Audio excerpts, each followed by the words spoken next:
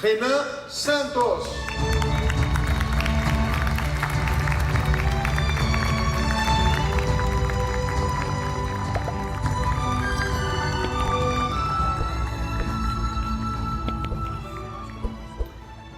E para realizar a mediação, convido Karine Escolim, presidente do Grupo Voto, e Thiago Antonioli, presidente do IFL São Paulo.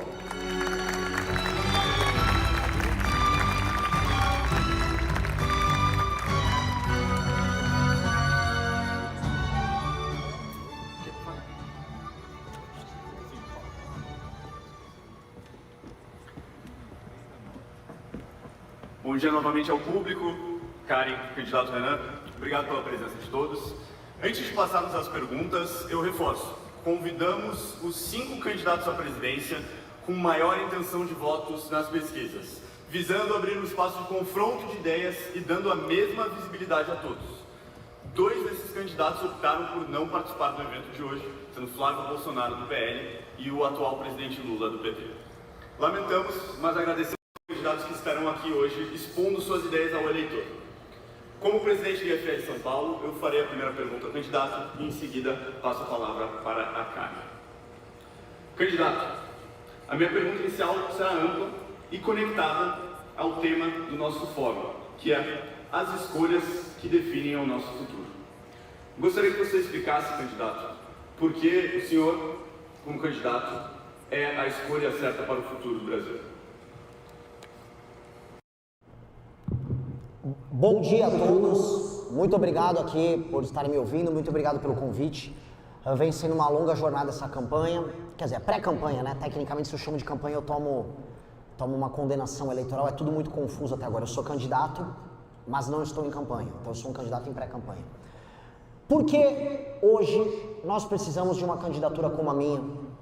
De maneira simples. Ao longo dos últimos 12 anos, eu e o grupo que eu fundei, o Movimento Brasil Livre, não apenas defendemos a agenda correta pelo Brasil, nós tomamos as decisões corretas e os enfrentamentos corretos, mesmo quando isso era impopular. A gente tem que colocar, eu soube que agora que meu concorrente Flávio Bolsonaro não veio, mas nós temos que colocar o bode na sala. Boa parte daquilo que a gente chama de direita, boa parte do próprio movimento liberal no Brasil aderiram ao bolsonarismo acrítico, se tornaram subservientes àquilo que era um problema para o nosso campo político, que era basicamente uma família de bandidos da Barra da Tijuca, do Rio de Janeiro, que se juntaram agora para essa última eleição com o Bacelar e com o TH Joias, que são ligados ao Comando Vermelho. Isso não é opinião minha, isso é relatório da Polícia Federal. E ao se calarem sobre esse problema, permitiram não apenas a destruição da Operação Lava Jato, mas o retorno do senhor Lula ao poder. E é uma realidade objetiva que a gente está tendo que lidar. O fato de, não apenas eu, mas o grupo político ao qual eu faço parte, que foi largado às traças pelo restante da direita, e eu acho que foi a melhor coisa que aconteceu pra gente, o fato da gente ter se oposto a tudo isso, ter topado ser quase destruído, e nesse sentido, no isolamento, construir a própria tese, que é o Livro Amarelo, a própria militância, que hoje é a maior militância de direita do Brasil, e o próprio partido político, que permite que a gente não precise baixar a cabeça para ninguém. Eu não preciso, se for criticar Flávio e Lula, baixar a cabeça para ninguém no partido, porque o partido inteiro concorda com a mesma linha. Ao estabelecer liderança, e essa liderança ser qualificada por um sistema de valores que a gente não tem vergonha de esconder, isso permite que eu participe do debate público e traga soluções para ele de maneira transparente e honesta, e que isso cative e apaixone. Hoje, é muito paradoxal que eu estou em terceiro na maior parte das pesquisas e em outros eu estou em quarto. Mas faço isso com muito menos recursos que os demais e com uma militância muito mais quente, muito mais ativa. Por que há esse recorte de uma militância mais jovem, mais quente, mais ativa conosco, sendo que os demais não têm? O que nós fizemos que os outros não fizeram? É esse apontar para um futuro diferente. O slogan da campanha é "O futuro é glorioso". Um futuro que é otimista sobre o Brasil, altamente ambicioso sobre problemas brasileiros e que não se importa em ser impopular na hora de defender isso, se isso, no fim, for a proposta que você precisa defender. Eu não tenho vergonha de ir no Nordeste falar em revisão do Pacto Federativo, eu não tenho vergonha de ir no Rio de Janeiro, numa favela, falar em desfavelização, eu não tenho vergonha de ir num palco que tem pessoas mais à esquerda falar de desindexação, de desvinculação, de uma reforma fiscal profunda. Ao fazer isso, não apenas qualifico o debate, mas mostro que sou uma liderança boa, e aí acho que nem preciso terminar aqui o último minuto. Acho que isso me torna um líder melhor para enfrentar esses problemas.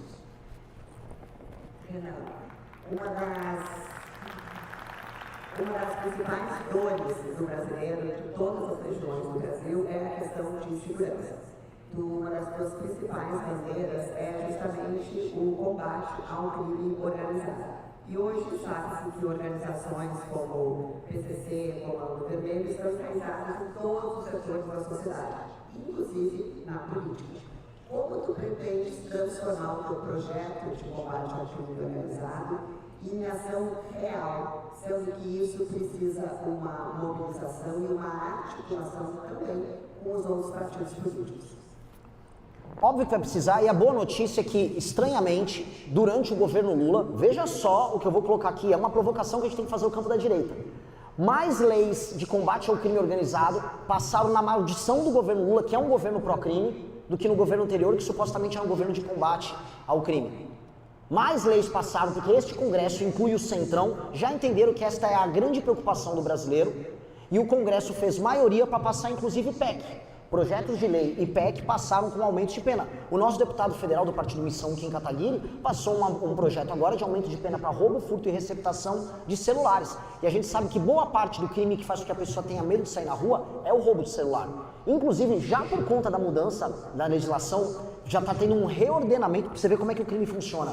No funcionamento do negócio do roubo de celular, em alguns lugares eles já estão mudando a dinâmica para roubo de alianças. Então, uma mulher ou um casal que tem uma aliança de ouro, o bandido já está indo atrás da aliança também.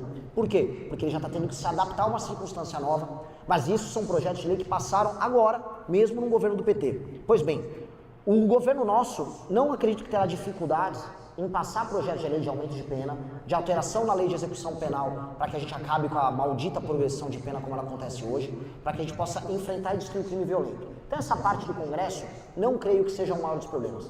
O grande desafio é, passar um estado de defesa e uma garantia da lei e da ordem em locais específicos, não em todo o território nacional, para que você possa fazer a reocupação de territórios. Eu estou falando aqui do modelo do Comando Vermelho, que é o modelo de ocupação horizontal de territórios, para a gente reocupar o território, pegar, prender, entrar em conflito se necessário, matar alguém se necessário, faz parte do jogo. Se não se entregar, vai ter que encontrar o papai do céu ali.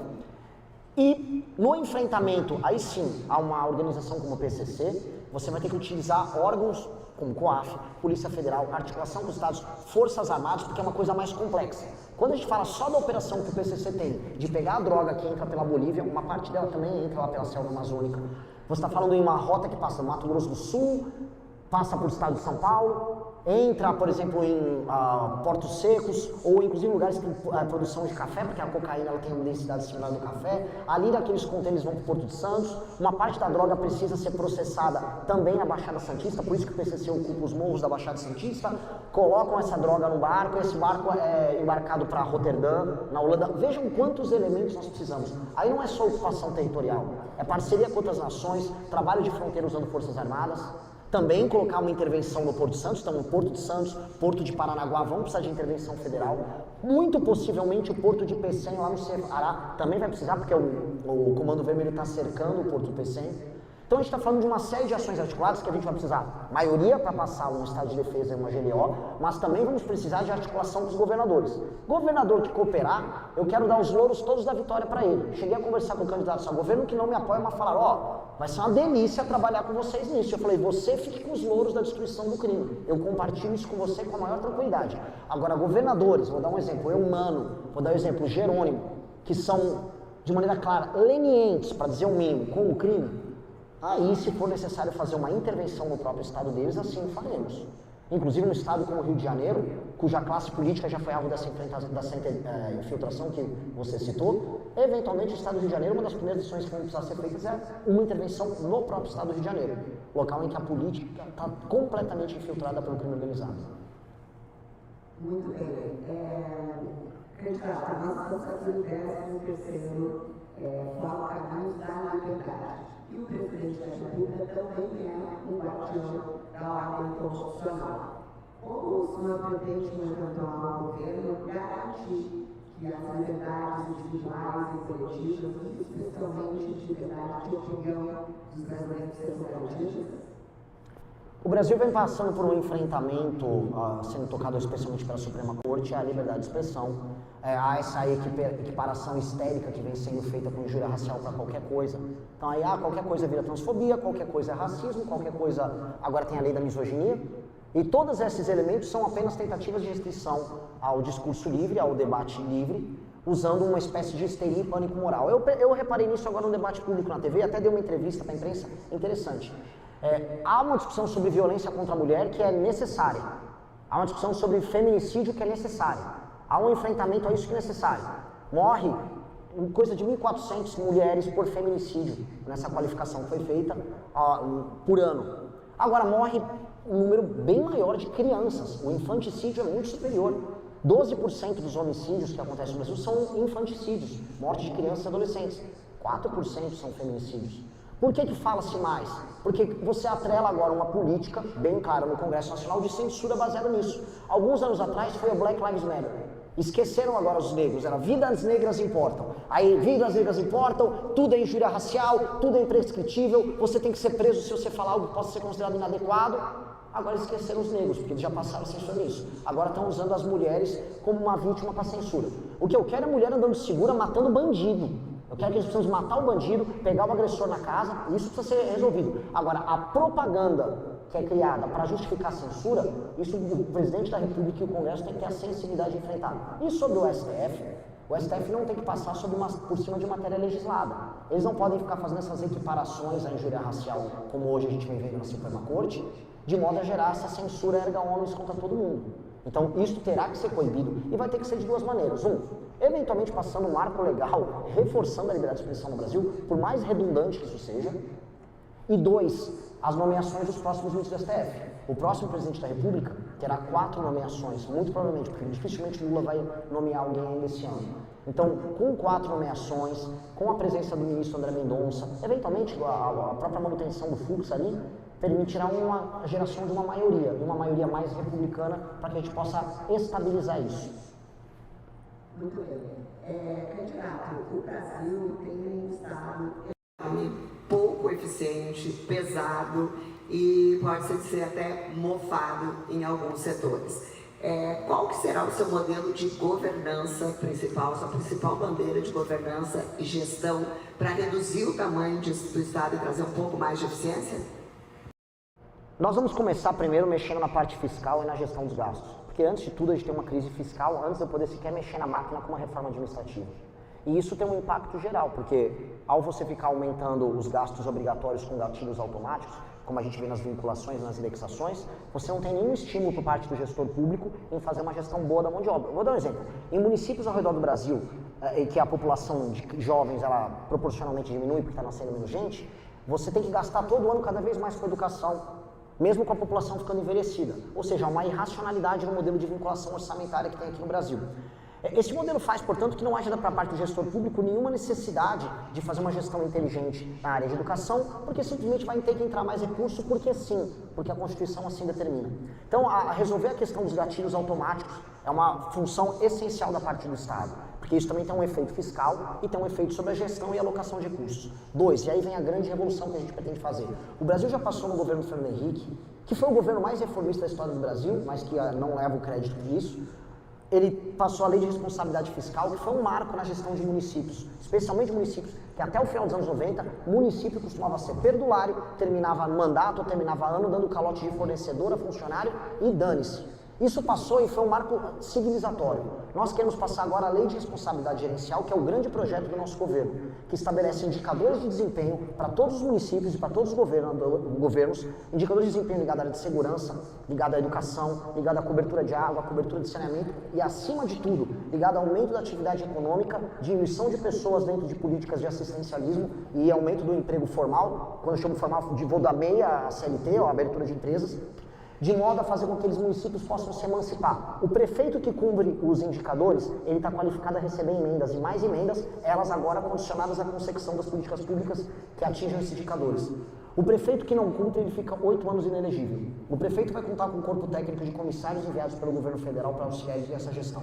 O fundo partidário e o fundo eleitoral passam a ser condicionados pelo número de indicadores obtidos pelo prefeito, que vai credenciar ele com pontos. Esses pontos vão ser ponderados pelo tamanho do município e multiplicados pelo número de municípios que esse partido administra. E aí sim, o fundo partidário eleitoral possam ser condicionados a desempenho prático, metrificável, racional, e as pessoas vão conseguir se sentir na ponta, e não mais pelo número de deputados federais eleitos, que faz com que a gente vive essa hiltonização da política, ou essa tiriricazão da política. A gente muda o sistema de incentivos e recompensas, e inclusive de punição para dentro da política. Com isso, a gente consegue colocar a máquina pública, especialmente os municípios, o Brasil tem mais de 5 mil municípios, orientados para o desempenho. Hoje eles não são orientados para o desempenho. Eu rodei todo o Brasil, eu tive o prazer de rodar a maior parte dos estados, especialmente as regiões mais pobres. E o que mais tem é município contratando gente para fazer porcaria nenhuma, não entregando nada de resultado para as pessoas, com nenhuma obrigação de nada, porque o prefeito não tem obrigação de fazer nada. O prefeito hoje é um mero executor de emenda. O prefeito passa o ano inteiro, com o pires na mão, aguentando entrar uma emenda para inaugurar a droga de uma praça superfaturada com uma construtora amiga dele, do deputado dele, que ele vai separar 30%, bota no bolso, um pedaço ele paga a amante, outro pedaço ele guarda para a próxima eleição para fazer o compra de voto da própria população. Essa é a lógica do Brasil, e a isso nós, igual um bando de maluco, damos o nome de democracia. Ah, isso é a democracia. Tem porcaria nenhuma de democracia aí, isso é um regime farsesco, falsificado, que não é nem ideológico. Não é nem, é da esquerda, é da direita. É um regime do centrão, é um regime baseado na pobreza. E a gente vai resolver isso qualificando a administração pública, qualificando a gestão, entregando pontos e benefícios para partidos e políticos que performam e punição, como tirar direitos políticos de gestores públicos que não entregam esses indicadores. Essa é a grande revolução que a gente vai fazer na gestão do Brasil.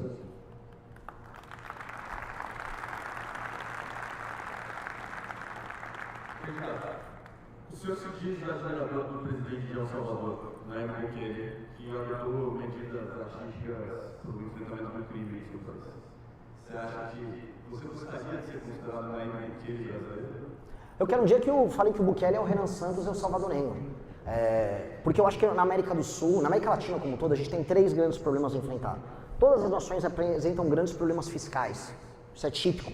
O Milei está fazendo um enfrentamento mais agudo a isso. Todas ou quase todas as nações apresentam um problema com cartéis de drogas, e o Bukele fez um grande enfrentamento a isso. E todas também apresentam problemas, oriundos do período da colonização, de patrimonialismo exacerbado e oligarquias políticas e famílias que vivem da pobreza e que contaminam a política. Todos. E esse é um problema que, creio eu, nós seremos, com a proposta que eu mostrei para vocês, respondendo a pergunta anterior, nós seremos capazes de resolver. A situação, o Bukele nos inspira e muito porque ele fez um enfrentamento corajoso e entregou para El Salvador, que era um povo desiludido, como quase todo o povo da América Latina, a ideia de que eles conseguem enfrentar o problema e resolver. E aí, El Salvador está tendo um surto de autoestima. O mundo de China e Estados Unidos estão investindo lá, empresas de Big Tech estão investindo lá, o novo sistema de saúde dele, que está inspirando uma parte da nossa proposta de saúde, foi feito em parceria com o Google, é genial.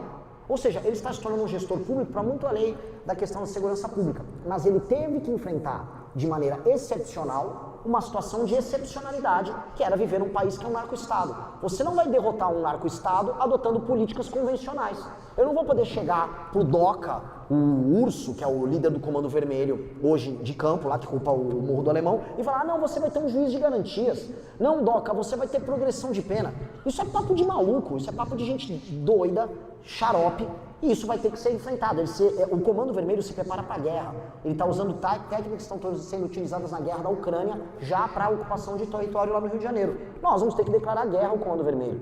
Nós vamos ter que declarar guerra ao PCC. O que vai nos diferenciar é que é o seguinte, El Salvador não tinha um cartel do porte e do tamanho e da complexidade do PCC. O Noboa, no Equador, tentou fazer uma transposição do método Bukele para o Equador. Só que o Equador tem o Los Lobos, que é uma facção, que não digo que é um PCC, mas ela é mais complexa. E aí ele começou a bater na parede, porque nessa complexidade ele precisava de outros elementos que ele não podia aprender com El Salvador, porque a situação de El Salvador é diferente. O nosso enfrentamento, por exemplo, ao PCC, necessariamente é diferente. A situação brasileira vai ser diferente disso. Agora, para a política de reocupação de território, destruição de gangue, que faz aquela ocupação cruel em favelas e cidades pequenas, vai ser muito parecido com El Salvador. Agora, candidato, 4 minutos das suas considerações finais. Eu acho o seguinte, nós estamos lenhados. O Brasil passa uma crise absurda de liderança. E essa crise de liderança, ela é total e completa culpa nossa. Total e completa culpa. Aqui eu estou num lugar que é o Instituto de Formação de Líderes. Eu já falei também na Faria Lima, eu falei com o pessoal do agro, eu já falei com industriais, eu já falei com todo mundo que em um país saudável estaria ocupando posições de poder de maneira mais natural. A real, vocês estão aqui no Instituto de Formação de Líderes, no evento que fala de liberdade e liderança, mas vocês lideram muito pouco. Qualquer político vagabundo do Amapá manda mais do que vocês, seus pais e os políticos que você votam. Vocês são só um burro de carga desses caras. E ao invés da gente todo mundo se unir num projeto que faça um takeover, que tire o poder deles e entregue o poder para quem é produtivo, o Brasil, em grande parte, se ilude com a farsa bolsonarista, que é a nossa droga, que é a droga que ilude o Brasil produtivo. O lado de lá, que é um misto de PT com Centrão, ele está muito bem organizado. Os estados do Nordeste, os estados da região Norte são administrados por uma coalizão. Tem coalizão mais clara sobre isso que o Barbalho, no Pará, que é o patrimonialismo mais velho misturado com o discurso de esquerda. Eles fazem uma cópia, andam com ambientalistas e ao mesmo tempo desviam dinheiro para a família que administra isso. Isso representa esse modelo que nos administra e que nós somos escravos e no fim não lideramos nada. O que eu proponho com a nossa candidatura é trocar, inverter os papéis e entender que nós temos um papel histórico de entregar o poder para quem trabalha e produz. E é sim uma guerra e sim nós temos muito pouco tempo. A pior coisa numa guerra é ficar numa ilusão. Se na guerra contra o crime organizado a ilusão é achar que o Comando Vermelho eu vou atuar como é proposto por parte do jornalismo, de maneira olímpica, de maneira bacana, atendendo a todos os preceitos que eles consideram corretos dentro dos princípios basilares dos direitos humanos pós-88 aqui no Brasil, isso é ilusão. Outra ilusão é achar que Flávio Bolsonaro ou pessoas que puxaram o saco do bolsonarismo nos últimos anos estão interessados em algo além de negócios ou voto fácil falando as coisas fáceis para o eleitor, que é o que está acontecendo no Brasil. Estamos refém de um Lula que está em primeiro nas pesquisas e do outro lado de um farsante, de uma família de farsantes que enganou o Brasil produtivo e que levou o voto do Brasil produtivo por todos esses anos. E com todo respeito, porque eu não vim aqui também para fazer amigos, eu vim aqui para falar o que eu penso. Grande parte da elite empresarial brasileira achou bacana, achou legal e se calou. O meu grupo político quase acabou por fazer o que tinha que ser feito. Eu tenho muito orgulho de ser hoje o único dos candidatos livre para falar o que eu acho deles, livre para enfrentar Lula e Bolsonaro, livre para liderar a nova geração e livre para ir construir um projeto que entregue de verdade o poder para o Brasil produtivo contra os maiores inimigos nossos, que eu volto a colocar, é o Brasil não institucional, o Brasil do crime e hoje o Brasil do like. O Brasil do like fácil, o Brasil do voto burro, do voto besta, do olha aí a hipocrisia da esquerda, que leva o like, que engana, que seduz, que pega o voto dos mais velhos e faz os mais velhos acharem que estão numa luta contra o comunismo, quando ele está sendo roubado mesmo pelo Barbalho, pelo Alcolumbre, quando ele é administrado pelo Hugo Mota, de Patos, na Paraíba, que faz esquema com a Infraero. Eu não consigo aceitar isso. Só que a gente tem que tomar as decisões difíceis. Porque se quer ser livre, se quer ter liberdade, tem que ter, antes de tudo, coragem. E por vezes, coragem demanda ser impopular. Eu sempre falo, a voz do povo não é a voz de Deus. A voz de Deus é a voz dos corajosos. E coragem, às vezes, se expressa em ser impopular e nadar contra a corrente. E esse é um alerta que eu faço. Se enquanto a gente ficar sendo tolerante com gente que não merece tolerância, com gente que não vai em debate, como o senhor Flávio Bolsonaro, que não veio aqui apresentar as ideias, enquanto a gente achar que não faz parte do mesmo campo, a gente vai se lenhar e vai continuar perdendo. Então isso aqui é um convite para participar de uma aventura? Claro, adoraria ter o apoio de todos vocês, mas acima de tudo é um alerta que se continuar repetindo as mesmas estratégias, vamos todos nos ferrar. Muito obrigado.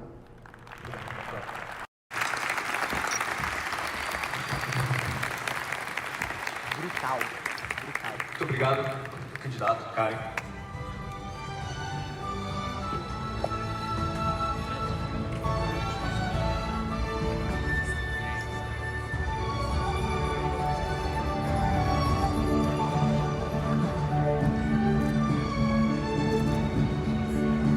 Like na live, pessoal. Que discurso final. Que paulada. Coisa linda.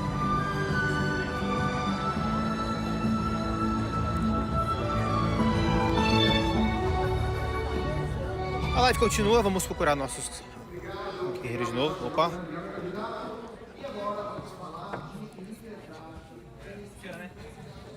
Like na live, lembrando pessoal, dia 16/8, esse domingo, a partir das 13 horas, no Largo São Francisco, aqui em São Paulo. Vamos dar o primeiro ato de campanha.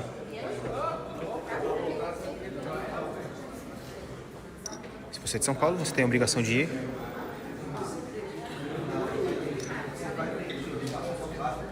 Isso tem que confiar na nossa capacidade de convencer as pessoas e na quantidade de energia que o Brasil tem em querer mudar as coisas. Se o Brasil continuar apático, você vai ter Lula e Flávio e você vai ter a reeleição do Lula. Mas você acredita no segundo turno você e Lula? Com certeza. Se não tivesse, eu não tava pegando doença no Pará, 8 pneus furados no Maranhão. Eu tenho uma crença verdadeira nisso. Valeu, Renan. Obrigado. Seja muito bem-vindo e a Tamo gente junto. vai te receber no FL como presidente. Mas, por favor, vamos ir no Palácio me entrevistar também. Eu tiro aqui. Valeu. Amém. Vou tirar uma foto.